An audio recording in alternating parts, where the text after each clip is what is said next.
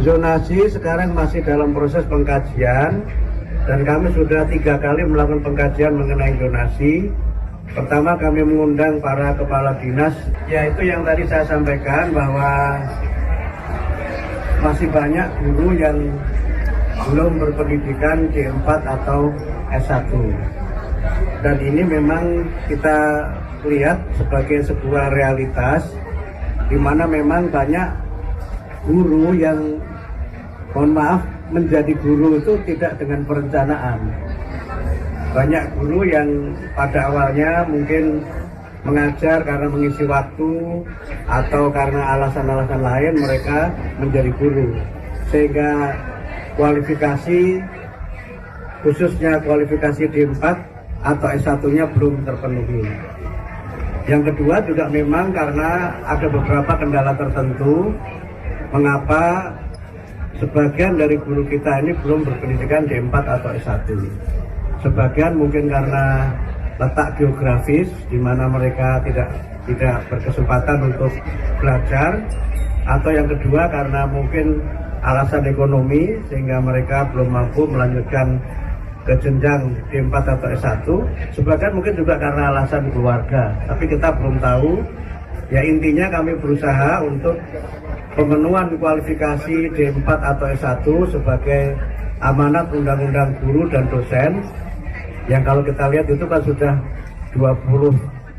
hampir 20 tahun yang lalu kan, undang-undangnya tahun 2005, sekarang 2024 sudah 19 tahun yang lalu, tapi pemenuhannya memang belum terjadi. Mudah-mudahan pada mulai tahun ini kami berusaha untuk secara bertahap memberikan kesempatan kepada para guru untuk nanti dapat melanjutkan D4 atau S1.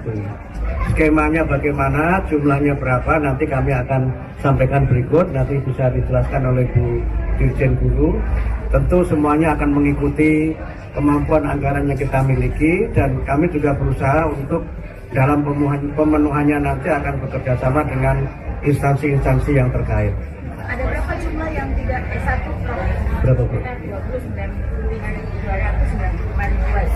Ada sekitar 295.000 guru yang belum D4 atau S1. Jenjang apa aja? Yang paling besar Oke ya, baik. Silakan, ada lagi yang lain? Pak, mulanya terkait dengan penghapusan zonasi, Pak. Bagaimana prosesnya sampai saat ini? Oh, zonasi sekarang masih dalam proses pengkajian dan kami sudah 3 kali melakukan pengkajian mengenai zonasi. Pertama kami mengundang para kepala dinas pendidikan seluruh Indonesia.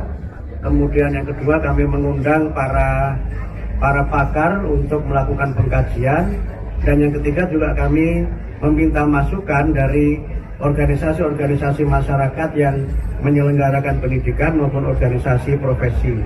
Sekarang masih dalam proses pengkajian. Mudah-mudahan pada bulan Februari sudah bisa kita umumkan, sehingga pada tahun ajaran baru 2025-2026 sistem zonasi yang kita lakukan berdasarkan masukan dan evaluasi itu nanti akan dapat kami terapkan. Pak, kita belum ada keputusan apakah kita akan melanjutkan seperti skema sekarang, atau misalnya menghapuskan sama sekali, atau melanjutkan dengan beberapa penyempurnaan. Itu semua nanti berdasarkan hasil kajian yang sekarang sedang kami selenggarakan. Pak Menteri, beberapa tahun yang lalu dikumandangkan mengenai Undang-Undang Perlindungan Guru. Sekarang bagaimana kelanjutannya, Pak? Jadi kalau kita lihat, Pak Yos, perlindungan guru itu sebenarnya sudah diatur dalam Undang-Undang Guru dan Dosen. Walaupun memang dalam pelaksanaannya belum berjalan sebagaimana mestinya. Nah, untuk pembuatan undang-undang ini tentu kami akan bekerja sama dengan DPR, karena kewenangan menyusun undang-undang itu ada pada DPR. Apakah nanti dari inisiatif DPR atau inisiatif pemerintah dalam ini kementerian, nanti kita lihat perkembangannya. Tapi yang sekarang kami coba lakukan berdasarkan undang-undang yang ada dan berbagai peraturan yang ada, kami coba laksanakan secara maksimal dengan seperti yang saya sampaikan juga kerjasama dengan pihak-pihak terkait, khususnya dengan kepolisian, agar berbagai persoalan yang dialami oleh para guru menyangkut pengalaman sebagai korban tindakan kekerasan itu tidak terulang lagi di masa yang akan datang.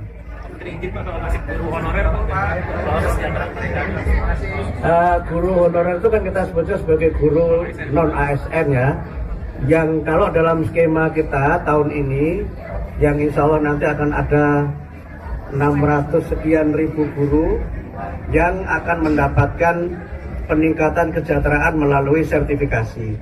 Kami ingin jelaskan lagi ya, karena yang muncul di berita adalah kami akan menaikkan gaji. Mohon maaf, kementerian tidak punya kewenangan menaikkan gaji guru, kewenangannya ada pada kementerian lain. Yang kami lakukan adalah meningkatkan kesejahteraan guru melalui sertifikasi. Dan sertifikasi itu bisa kita berikan kalau guru-guru lulus PPG. Nah, dengan sertifikasi itu, insya Allah kesejahteraan mereka akan meningkat, baik guru-guru yang ASN maupun guru-guru yang non ASN. Jadi clear ya, begitu ya. Jadi meningkatkannya melalui sertifikasi, bukan menaikkan gaji karena gaji itu bukan wewenang dari kementerian. Tapi kan kuotanya terbatas, Bro. Ya bertahap.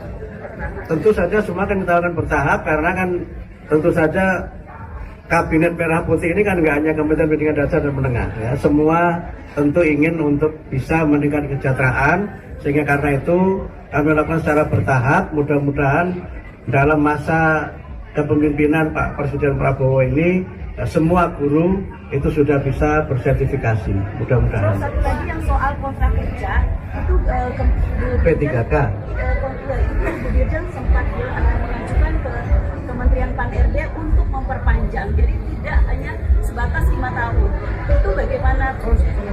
Bahwa silakan begitu. Ya, sampai saat ini tetap apakah akan sampai batas usia pensiun atau tidak, tapi yang pasti perpanjangan kontrak itu terus dilakukan jika guru yang bersangkutan memenuhi kompetensi. Kalau dia sudah ASN kan dia harus dinilai kompetensinya. Kalau minimal baik dia bisa diperpanjang terus sampai batas usia pensiun. Tapi ada syaratnya, ya itu penilaian kinerjanya harus baik.